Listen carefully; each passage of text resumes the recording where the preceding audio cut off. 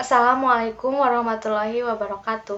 Hai, nama aku Sopa Marwa Azizah, NPM 222170018. Di sini saya akan sedikit menjelaskan mengenai dinamika penduduk.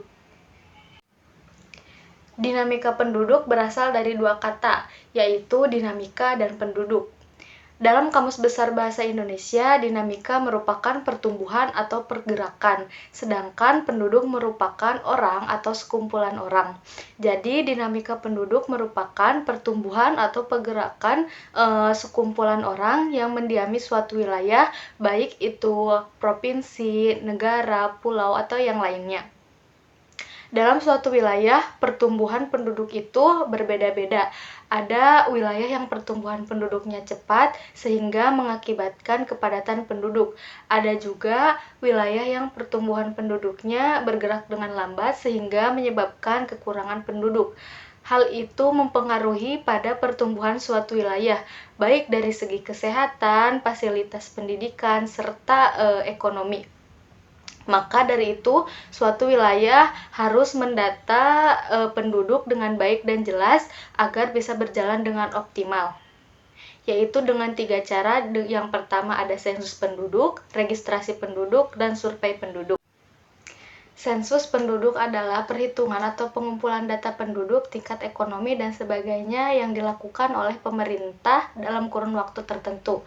Biasanya sensus penduduk dilakukan 10 tahun sekali di tahun-tahun yang berakhiran angka 0, seperti 2020, 2010, 2000, dan seterusnya. Selanjutnya ada registrasi penduduk adalah suatu kegiatan yang berupa pendaftaran atau pendataan yang dilakukan oleh pemerintah dengan tujuan untuk mencatat peristiwa-peristiwa yang terjadi di lingkungan masyarakat dan dapat mempengaruhi kehidupan masyarakat itu sendiri. Jika ada peristiwa-peristiwa yang terjadi seperti penceraian, kematian, kelahiran, itu bisa dilaporkan atau mendaftarkan diri pada registrasi penduduk. Yang ketiga ada survei penduduk, yaitu suatu kegiatan yang bertujuan untuk menyempurnakan hasil sensus penduduk dan registrasi penduduk. Mengapa hasil sensus penduduk dan registrasi penduduk harus disempurnakan? Karena kedua kegiatan tersebut memiliki keterbatasan dalam memberikan informasi, atau bisa dikatakan informasi yang diberikan dari kedua kegiatan tersebut perlu dilengkapi. Selanjutnya ada faktor-faktor dinamika penduduk. Nah, dinamika penduduk itu tidak terjadi begitu saja, tetapi ada faktor-faktor yang menyebabkan fenomena tersebut terjadi. Yang pertama ada kelahiran. Faktor kelahiran ini dapat dikenal dengan istilah natalitas. Kelahiran adalah keluarnya bayi dari rahim seorang ibu yang biasanya tanda-tanda kehidupannya ditandai dengan suara tangisan bayi atau denyut jantung bayi. Yang kedua ada kematian. Faktor kematian ini dapat dikenal dengan istilah mortalitas. WHO mengatakan bahwa mortalitas adalah suatu peristiwa hilangnya semua tanda-tanda kehidupan manusia secara permanen yang bisa terjadi setelah kelahiran. Baik itu terjadi pada yang muda ataupun yang tua. Kematian juga bisa terjadi kapan saja dan di mana saja. Lalu yang terakhir ada migrasi. Faktor yang terakhir ini yang dapat mempengaruhi dinamika penduduk pada suatu wilayah adalah migrasi. Migrasi sering dikenal juga sebagai perpindahan. Perpindahan yang dimaksud itu perpindahan dari suatu wilayah ke wilayah yang lainnya. Migrasi ini dibagi menjadi 5 macam. Yang pertama ada emigrasi, urbanisasi, dan transmigrasi. Emigrasi adalah suatu perpindahan penduduk dari suatu negara ke negara lain dan menetap di negara tersebut. Lalu remigrasi adalah penduduk yang kembali ke negara asal setelah beberapa tahun tinggal di negara lain. Semisal warga negara Indonesia TKW ke Arab Saudi atau bekerja di Arab Saudi beberapa tahun dan kembali lagi ke Indonesia. Yang ketiga, ada imigrasi. Adalah penduduk dari luar negeri yang masuk ke negara tertentu dan menetap di negara tersebut. Misalkan warga negara Korea berpindah tempat ke negara Indonesia dan menetap di negara Indonesia. Lalu ada urbanisasi, yaitu perpindahan penduduk dari desa ke kota yang terjadi dalam satu negara.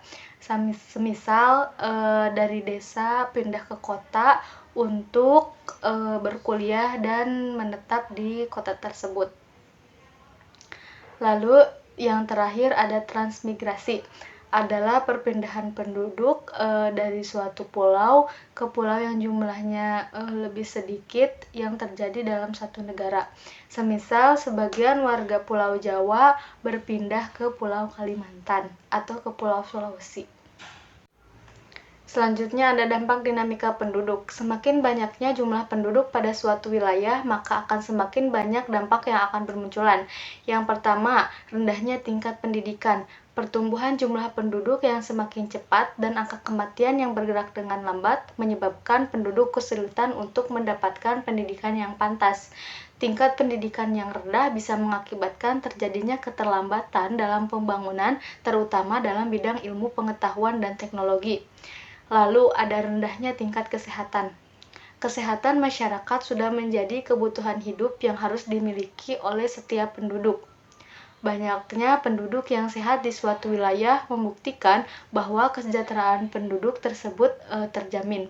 Akan tetapi, dengan adanya dinamika penduduk pada suatu wilayah mengakibatkan tingkat kesehatan penduduk semakin rendah. Selanjutnya ada kondisi alam yang semakin rusak.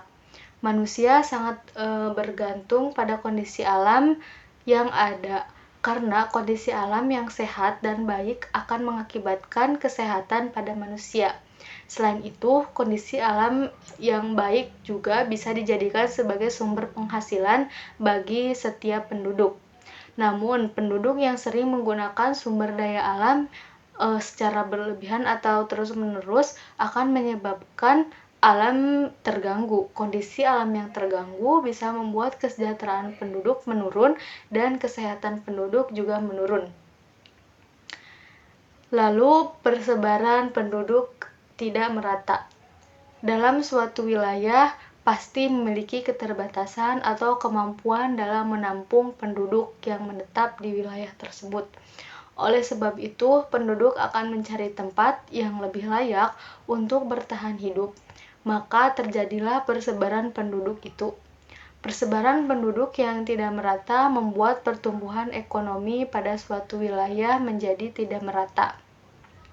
Bukan hanya ekonomi saja, tetapi dari segi fasilitas pendidikan, fasilitas kesehatan, itu juga akan tidak merata, sehingga terjadinya kesenjangan antar wilayah.